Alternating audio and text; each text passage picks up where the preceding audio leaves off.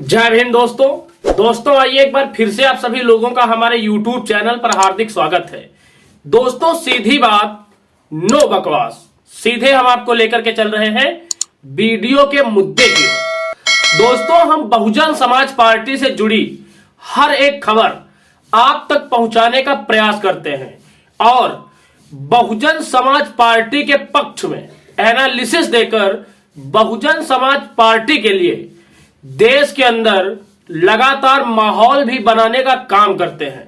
लेकिन आपको बताता चलूं, जहां बहुजन समाज के पक्ष में बातें करना मेरा काम है, वहीं बहुजन समाज के लोगों को गुमराही से दूर रखना मेरा कर्तव्य है।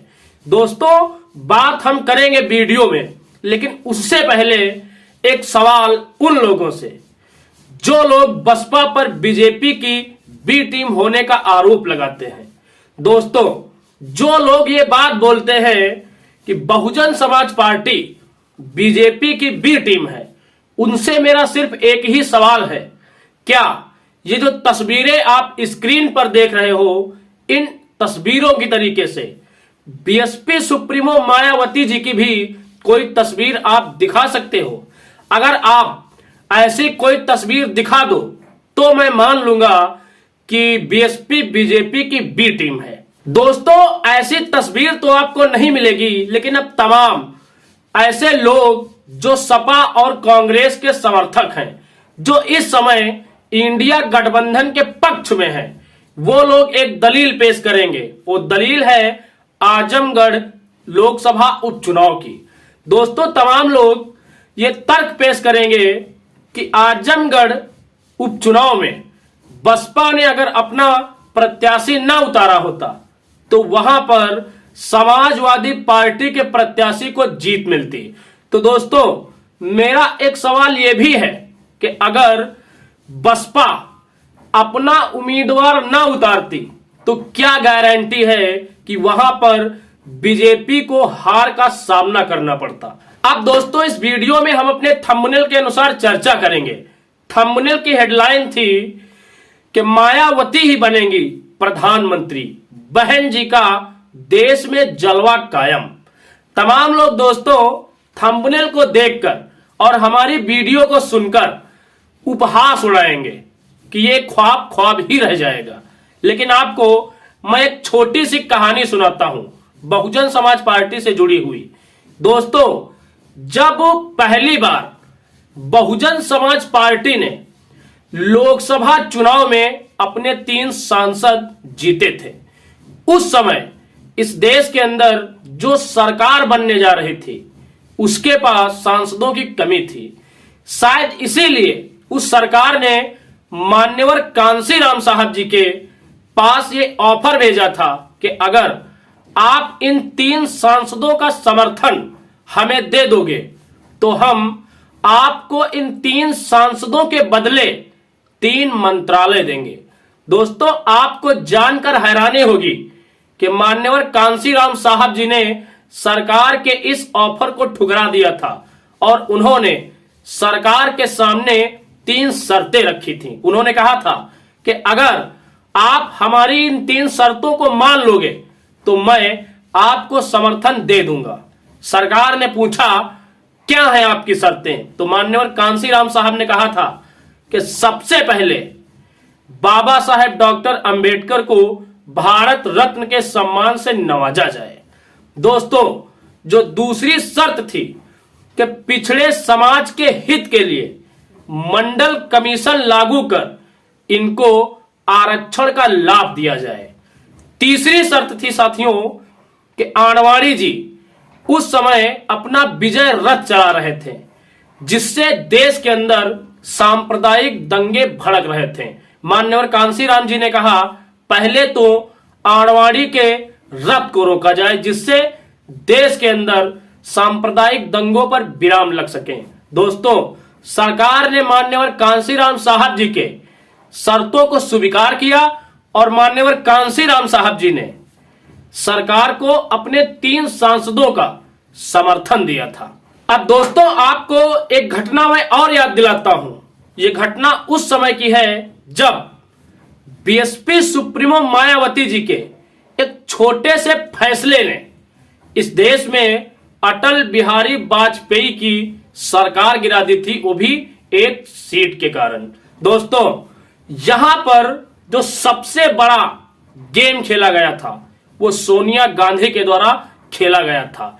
इस घटना के पहले भी बीएसपी सुप्रीमो मायावती जी बार बार ऐलान कर रही थी कि हम इस सदन की बैठक में शामिल नहीं होंगे, लेकिन जिस दिन अटल की सरकार का विश्वास मत पारित होना था, बहुजन समाज पार्टी के सदस्य उस बैठक में शामिल हुए और उन्होंने अटल बिहारी वाजपेयी की सरकार के खिलाफ वोट किया और उनकी सरकार गिर गई थी। तो साथियों, आपको बताता चलूं, जिस तरीके से मान्यवर कांशीराम साहब जी ने 3 मंत्रालय न लेकर अपने मूवमेंट को जीवित रखने के लिए 3 शर्तें सरकार के सामने रखी थी, सेम वही परिस्थिति 2024 के लोकसभा चुनाव में आने वाली है। दोस्तों, बीजेपी को रोकने के लिए देश के अंदर इंडिया गठबंधन बना है और गठबंधन का नेतृत्व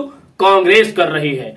साथियों, आपको बताता चलूं, तमाम तरीके का दबाव बनाया गया बीएसपी सुप्रीमो मायावती जी के ऊपर कि BSP supremo Mayawati ji India गठबंधन का हिस्सा बने, लेकिन वो मान्यवर कांशीराम साहब जी की शिष्या हैं और उन्हीं के बताए हुए रास्ते पर चलकर वो इस गठबंधन का हिस्सा नहीं बन रही है, क्योंकि वो इस देश में सत्ता प्राप्ति का लालच नहीं रखती हैं, वो इस देश के अंदर मूवमेंट को आगे लेकर जा रही हैं।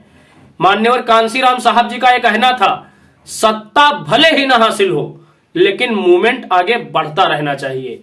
दोस्तों, हम और आप अगर बसपा के सच्चे सिपाही हैं तो बसपा के लिए मेहनत कीजिए, बसपा के लिए काम कीजिए। सरकार बनाने के लिए सिर्फ 275 से ज्यादा सांसदों की जरूरत नहीं होती है, यहां पर जरूरत विचारधारा की भी होती है। आप अपनी विचारधारा पर अडिग रहिए। अगर 10-15 सांसद भी लोकसभा 2024 में आप निकाल लोगे तो खेल पलट जाएगा। और लगातार आप सोशल मीडिया पर एक खबरें देख रहे हो कि सोनिया गांधी बीएसपी सुप्रीमो मायावती जी को गठबंधन में लाना चाह रही हैं, लेकिन बीएसपी सुप्रीमो मायावती जी गठबंधन का हिस्सा बनने से इनकार कर रहे हैं। साथियों, जिस तरीके से कांग्रेस ने अपने नेतृत्व में इंडिया अलायंस का गठन किया है बीजेपी को रोकने के लिए, आप सोच के देखिए, जब अगर परिस्थितियां ऐसी बनी कि बीएसपी के सांसदों के बगैर इस देश के अंदर इंडिया गठबंधन की सरकार ना बन रही होगी, तो आप जरा सोच के देखिए वहां पर परिस्थितियां क्या होंगी। और इतना तो मैं दावे के साथ कह सकता हूं कि बीएसपी सुप्रीमो मायावती जी के बगैर इंडिया गठबंधन का कोई अस्तित्व नहीं है। दोस्तों, उत्तर प्रदेश के अंदर एक बड़े राजनेता, महान दल के अध्यक्ष केशव देव मौर्य ने कहा है कि बीजेपी को अब आमने सामने की लड़ाई में नहीं हराया जा सकता। अगर बीजेपी के खिलाफ कोई एक पक्ष सीधे से चुनाव लड़ेगा तो इसका फायदा बीजेपी को ही होगा, क्योंकि बीजेपी फिर इस देश में धर्म के ऊपर राजनीति करके लोगों को धर्म के जाल में फांसकर अपनी ओर आकर्षित कर लेगी। और इस देश की आवाम इतनी ज्यादा भोली भाली है कि धर्म के चक्कर में एक बार फिर उस संविधान विरोधियों को वोट कर देगी। दोस्तों, केशव देव मौर्य ने कहा कि अगर बीजेपी को हराना है तो देश के अंदर बहुजन समाज पार्टी को इस लड़ाई को त्रिकोणीय बनाना होगा। और आपको बताना चलूं, कहीं ना कहीं बीएसपी सुप्रीमो मायावती जी भी 2024 की इस जंग को त्रिकोणीय बनाने में जुटी हुई हैं। दोस्तों, बीजेपी सत्ता से बाहर तभी होगी जब मुकाबला त्रिकोणीय होगा। हम फिर कह रहे हैं कि आमने सामने की लड़ाई में इस समय बीजेपी को परास्त नहीं किया जा सकता। इस बात को बीएसपी सुप्रीमो मायावती जी भली भांति जानती हैं। चुनाव होने दीजिए और मैं ये दावे के साथ कह रहा हूं कि इस लोकसभा चुनाव में बहुमत की सरकार कोई भी पार्टी नहीं बना पाएगी, भले ही भारतीय जनता पार्टी 400 पार का नारा लगा रही हो। इस बार का चुनाव त्रिकोणीय होगा, चाहे क्षेत्रीय पार्टियों के बीच ही हो। और जब त्रिकोणीय होगा तो जो भी व्यक्ति इस देश में संविधान को बचाना चाहता है, वो सभी लोग अंततः एकजुट होकर इस देश में भारतीय जनता पार्टी को रोक सकेंगे। बाकी दोस्तों, आपकी क्या राय है? कमेंट सेशन में अपनी प्रतिक्रिया जरूर देना। वीडियो अगर उचित लगा है तो वीडियो को लाइक करना, शेयर करना और चैनल को सब्सक्राइब करना। हम मिलेंगे एक अगले वीडियो में एक अगले मुद्दे के साथ। तब तक के लिए आप सभी को मेरा सादर जय भीम, जय भारत, जय संविधान।